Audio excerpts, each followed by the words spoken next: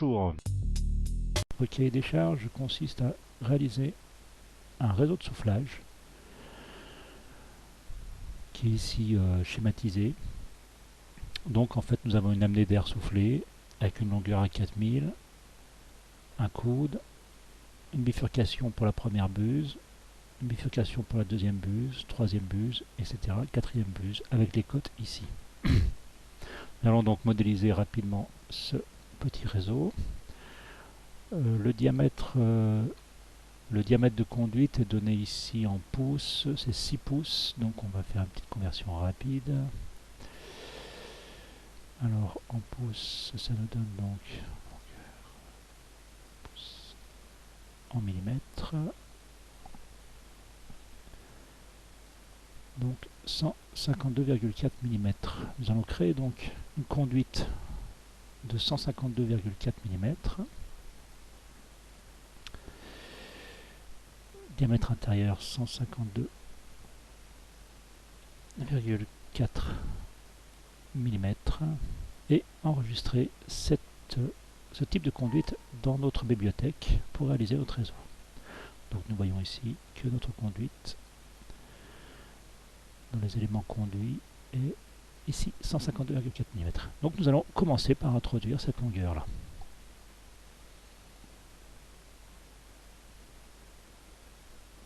Alors notre schéma nous donne une première longueur de 4000 mm. Alors 4000 mm, on va juste ajuster la longueur et mettre en mètres, donc 4 mètres.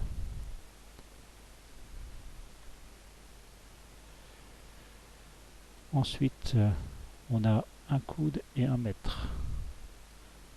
Donc on va faire continuer après élément. La taille de la grille étant de 1 mètre, donc nous avons donc ici un coude et 1 mètre. Ensuite, ici à 1 mètre, nous avons une bifurcation, donc nous allons insérer une bifurcation, créer une séparation, raccord à 90 degrés. Alors on va aligner correctement, donc ici on voit qu'on doit monter d'1 mètre. On va prendre cette zone là, on va l'ajuster et la faire monter d'1 mètre ici. Ok, et cette partie là étant rectiligne, on va l'ajuster aussi et l'amener jusque là. Alors pour éviter de sélectionner des points lorsqu'on se promène avec le curseur, une fois qu'on a déjà réglé notre position, il suffit d'appuyer sur la touche espace et vous voyez en bas que un avertissement sélection off vous prévient que vous pouvez donc vous balader partout sur l'écran sans que ça modifie l'orientation. Ça c'est pratique quand même quand l'écran est encombré. Et on clique sur OK. Donc voici notre première partie. On continue. Au bout d'1 mètre ici, on a notre bifurcation, mais celle-ci montera de 0,4. On va créer notre bifurcation ici.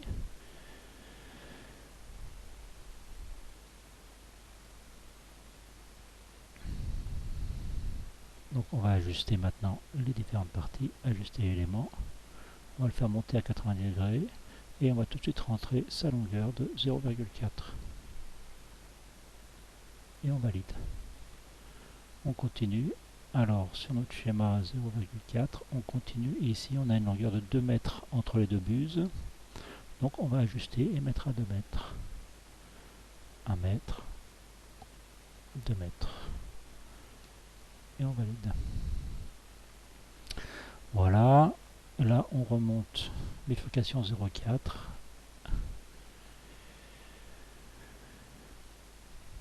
Créer une séparation. Hop, ajuster. On va faire remonter à la verticale et on va mettre 0,4 dans la longueur. Et on valide. Ici, même chose, on va ajuster. Ah non, on va ajuster aussi le positionnement. Donc on se recentre sur la zone de départ, 1 mètre. Et on va cliquer sur Entrée parce qu'on va continuer après. Oui. Alors quand on clique sur Entrée, la touche Entrée du clavier, ça nous enchaîne directement sur un autre conduit. Ça enchaîne directement sur un autre conduit. c'est la fonction continuer. Et là, ce qu'on veut faire, c'est remonter de 1 mètre. On continue. Alors, notre schéma, on remonte d'1 mètre, on part d'1 mètre ici et on retourne à 1 mètre ici. 1 mètre ici, continuer. Et 1 mètre. Donc, on va se recentrer. On sélectionne le bout du conduit pour recentrer la grille et avoir 1 mètre ici. Et là, on va cliquer sur valider. Voilà donc ici notre réseau qui prend forme. On va faire la même chose ici, 1 mètre et 1 mètre de retour ici. Continue après élément. 1 mètre ici. On clique sur entrée. Alors on peut aussi cliquer sur valider et continuer, ça revient en même. Valider et continuer, et on continue ici. Et là on va cliquer sur valider pour terminer. Voilà déjà notre réseau qui commence à prendre forme. Qu'est-ce qu'il nous reste à faire alors? On a un petit retour ici de 0,1 mètre. Et ici on a un petit retour de 0,4 mètres. Donc ici on va faire le retour de 0,1 mètre. Continuer après. Et on va donner ça longueur 0,1 mètre. Bon, c'est très court ça. Alors c'est un peu trop court pour être construit. On va le mettre à... Continue après l'élément, on va le mettre à 0,3. 0,2 mètres.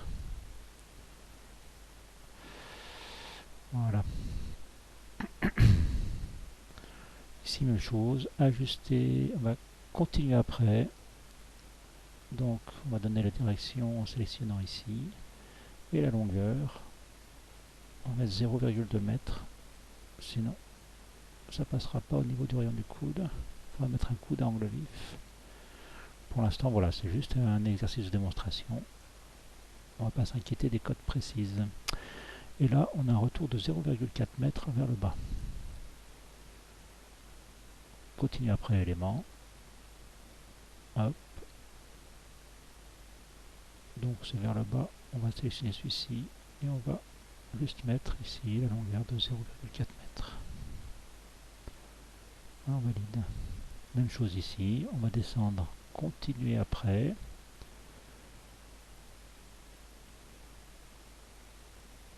Voilà. Alors on recentre la grille sur le bout. On descend à la verticale. On sélectionne la barre espace pour ne plus avoir de sélection lorsqu'on se promène. Et on va mettre 0,4 mètres ici. Voilà notre système avec nos buses. Alors, il nous reste maintenant à modéliser nos buses. Pour déterminer le diamètre de nos buses, on va utiliser tout simplement le débit volumique du ventilateur haute pression qui va être utilisé dans le cahier des charges. Et on va diviser ce débit volumique pour obtenir la vitesse du cahier des charges qui nous est indiquée ici. On veut 500 km/h. Bon, on va parler en mètres secondes. On va ouvrir le convertisseur de Mecaflux standard. Et en mètres secondes, donc ça nous donne 500 km/h en mètres secondes, ça nous donne 138 mètres secondes. Donc on va se fixer un cahier des charges de 140 mètres secondes à la buse. On va reprendre ces données, on va les noter bien clairement. Alors, on a un débit global de 6000 m3 mètre cube heure divisé par 4 buses. Ceci nous donne 1500 m3 heure par buse. On va faire une conversion en mètres cubes secondes. Ça nous donne 0,416 mètres cubes secondes. Voilà le débit que doit assurer une buse. En connaissant ce débit et en sachant que l'on veut que la vitesse V soit égale à, on avait dit, correspondre à 500 km/h On va faire une conversion en mètres secondes. Ça nous donne, on a dit, avec convertisseur de méca plus standard, on va vite faire ce calcul. 500 km/h, c'est 138 mètres secondes. On arrondit à 140 mètres secondes. Donc 140 mètres secondes. Donc, en sachant que la vitesse est égale au débit divisé par la section, on peut dire que la section doit être égale au débit divisé par la vitesse.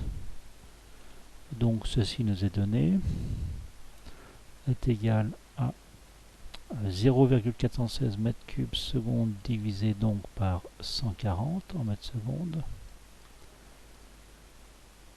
ce qui nous donne une section en mètres carrés de 0,00297.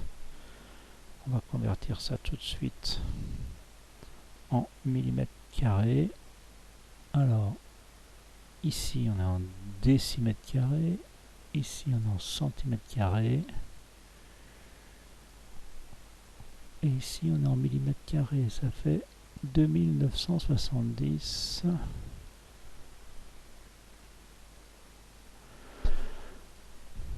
millimètres carrés. Millimètres carrés. Donc, connaissant cette section de 2970 mm², alors nous avons donc une section de 2970 m² si l'on veut produire la vitesse de 140 mètres secondes avec le débit de 0,416 m³ seconde à la buse, si je ne m'abuse. Donc, pour obtenir le côté du carré, on va faire une racine de 2970. Je dois bien une calculatrice qui traîne par là. Donc 2970 racines, ça nous fait donc 54,5 mm de côté. Ceci nous donne donc 54,5 mm de côté. Ok. Donc pour avoir le diamètre en sortie de buse correspondant à un côté de 54,5, on va faire le diamètre équivalent à ça. Alors outil, diamètre équivalent 54,5 et ceci 2 fois. Ça nous donne un diamètre hydraulique équivalent, un diamètre hydraulique de 54 mm. Vu que c'est bien, on veut conserver la vitesse, donc on prend le diamètre hydraulique. On aurait voulu conserver la perte de charge, on aurait pris un diamètre équivalent. On veut conserver, nous, la vitesse. C'est 54. Ceci nous donne donc un diamètre équivalent hydraulique de 54 mm. On va donc noter tout ça ici. DH égale 54 mm. On va donc créer 3 buses de 54 mm. On revient dans notre dessin, on clique sur le bout de conduit et on fait rétrécir et on va mettre notre diamètre de sortie de 54 mm tout simplement. Insérer chrono. Voilà. Alors ce qu'on pourrait faire, c'est tout simplement copier l'élément. Copier. Vu qu'on a tous des mêmes diamètres, il nous suffit de coller ici. Coller. En aval. Ou bien on peut sélectionner le bout et faire CTRL V. Et voilà nos buses installées. On va donc Maintenant, installer un générateur de débit. On va forcer le test de débit à 6000 m3. Et on va déjà vérifier un petit peu l'écoulement avant d'aller chercher vraiment le débit de fonctionnement du ventilateur. Parce qu'il n'est pas évident que le ventilateur puisse générer ce débit-là à la pression demandée. Donc pour l'instant, on va simplement voir si la répartition avec un débit de 6000 m3 est correcte au buse. On a 183 mètres secondes, 180 mètres secondes, 179 mètres secondes. Oh, j'ai dû me louper quelque part dans le calcul. Nous, on cherchait 140 mètres secondes.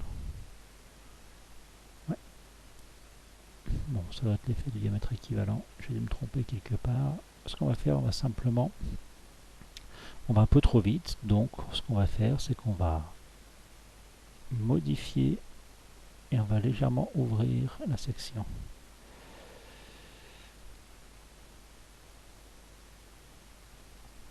Donc je reclique sur rétrécir et là au lieu de 54 on va mettre 60.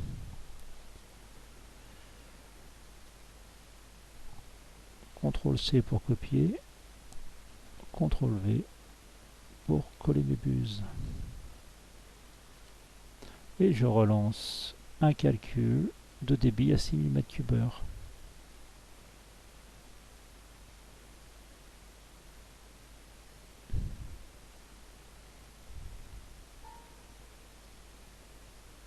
Voilà, on est environ à 148 mètres secondes. On voulait 140 mètres secondes, donc on va en rester là pour l'instant. On va déjà voir ce que ça donne au niveau des pertes de charge et voir ce que ça donne globalement au niveau d'équilibrage. On voit qu'on n'est pas trop mal équilibré, qu'on a des vitesses à peu près équivalentes partout, de 148 à 146 mètres secondes. On n'a pas trop de delta de vitesse entre les buses, donc la configuration semble correcte. Maintenant, ce qu'il nous faut savoir, c'est la pression qui est nécessaire pour combattre les pertes de charge et générer ces débits-là. Pour créer un générateur, alors je vais plus doucement, créer générateur, on va dans la bibliothèque, éditeur de générateur de pression, et on va rentrer la courbe de pression. Donc ici on a aussi des possibilités d'entrée des valeurs de NPSH et de rendement. On va passer en delta P Pascal. Donc ça veut dire qu'on est dans du gaz, on enlève le NPSH.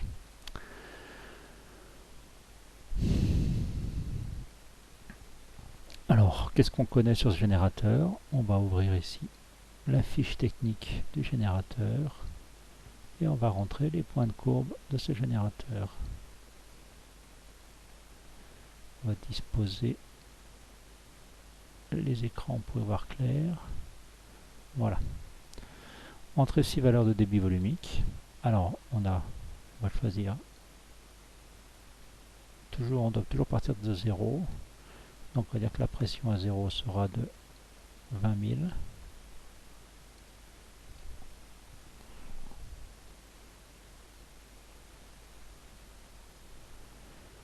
Alors, il nous faut 6 points. 1, 2, 3, 4, 5, 6. 1, 2, 3, 4, 5, 6. Et bien, c'est parfait.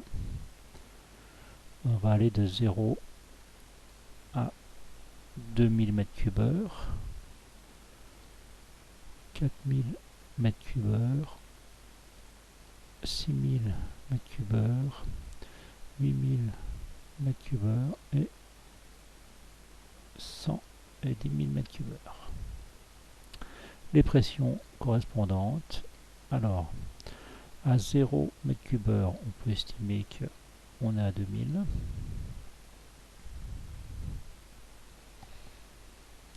À 2000 m3, on serait à 2000.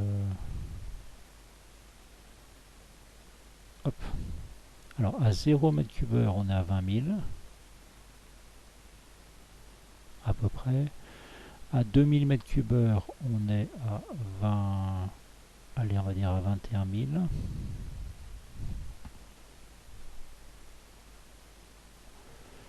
À 4000 m3, on est environ à 23 21, 22, allez on va dire 22 000.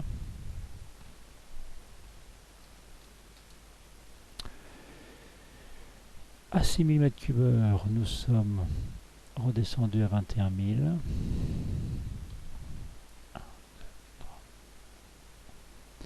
À 8 000 m3, on est descendu à, on peut estimer 18-19 000.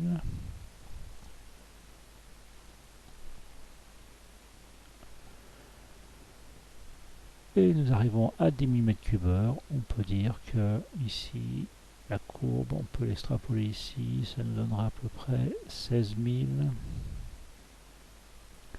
Allez, 15 000 pascal de delta de pression. Voilà, on va pouvoir rentrer notre courbe de rendement vu qu'on l'a, comme ça on connaîtra le rendement de notre système. Donc en rendement correspondant, on a ici un rendement de 25%. Donc si on suit la courbe à 0 m3, bien sûr, le rendement est de 0. À 2000 m3, on aurait un rendement de, allez, 25, 30, on va dire 30%.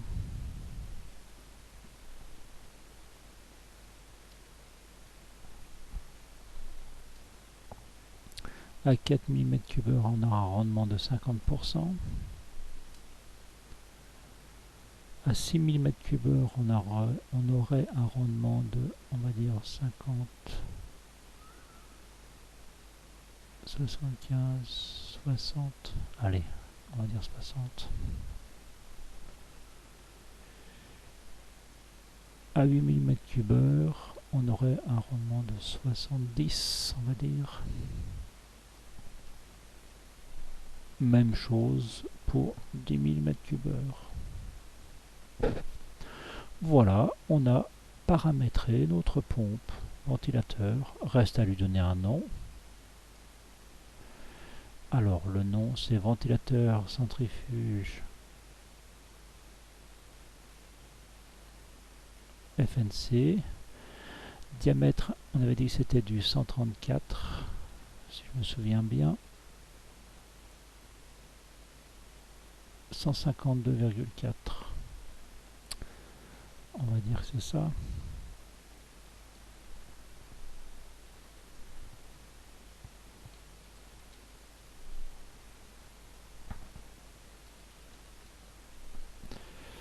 Voilà.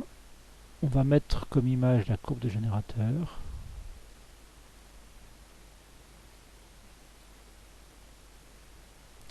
Voilà.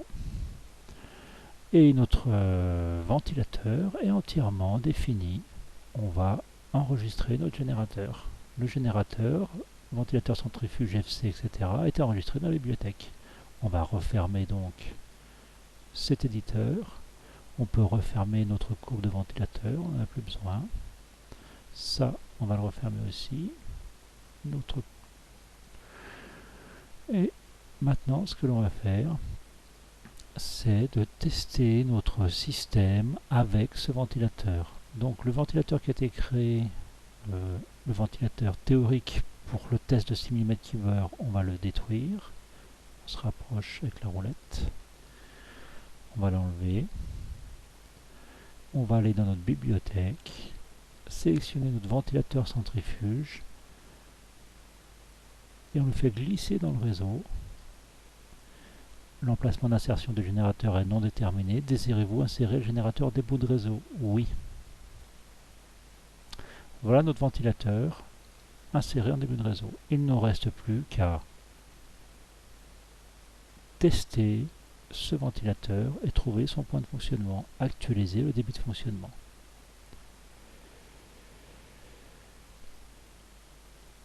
Ah, j'ai quand même fait une grosse bêtise. C'est que j'ai tout calculé avec de l'eau. Donc première chose qu'il fallait faire, excusez-moi, c'est de sélectionner le fluide circulant qui est de l'air. On va dire qu'il a 20 degrés. Utiliser ce fluide. Alors pour le calcul de la masse volumique en fonction d'altitude, cliquez oui. On va donner l'altitude. On va dire qu'on est à 100 mètres d'altitude. Ok. Donc notre fluide a été paramétré. On va retourner dans notre synaptique et nous allons lancer le calcul du débit de fonctionnement avec ce ventilateur et voir quel va être le point de fonctionnement de notre système. Nous arrivons à 6106 m3, c'est pas mal ça, c'est très proche de notre besoin, au milieu du rendement. Notre buse, la vitesse en sortie de buse 150 m/s, ici 151 m/s, on est pas mal du tout par rapport à notre cahier des charges avec ce ventilateur. On est en plus pas mal dans la courbe de rendement, donc on va juste faire une petite coloration pour les échelles de pression dans notre système. Et on va aller pousser le vis jusqu'à faire un petit test de trajet avec un petit millier de particules. Test trajet. Alors effectivement à 500 km/h, on ne les voit pas sortir très rapidement. On va enlever la coloration, on va relancer le test.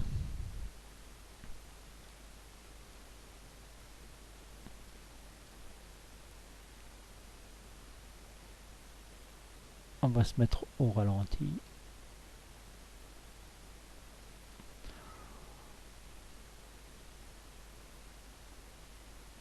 Voilà, la vitesse d'éjection étant très rapide, on a du mal à voir les particules qui sortent.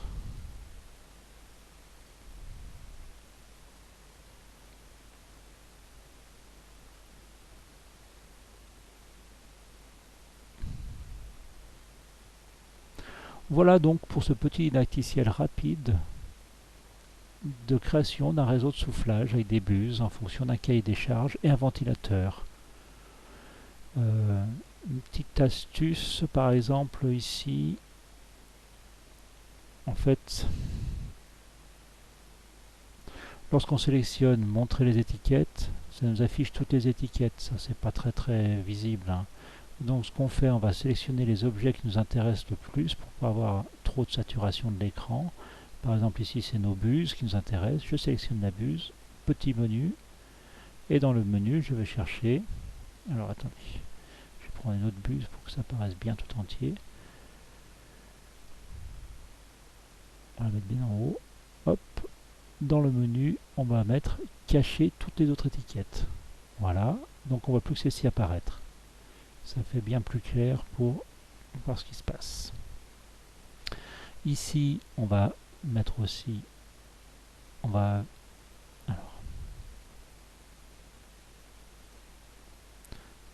et sur toutes les buses, on va simplement sélectionner, désélectionner, cacher l'étiquette pour la voir apparaître de nouveau. Voilà, comme ça on a les vitesses, etc. Donc ça nous permet de mieux estimer ce qui se passe dans notre système. Voilà pour ce petit didacticiel de création d'un système de soufflage en fonction d'un cahier des charges.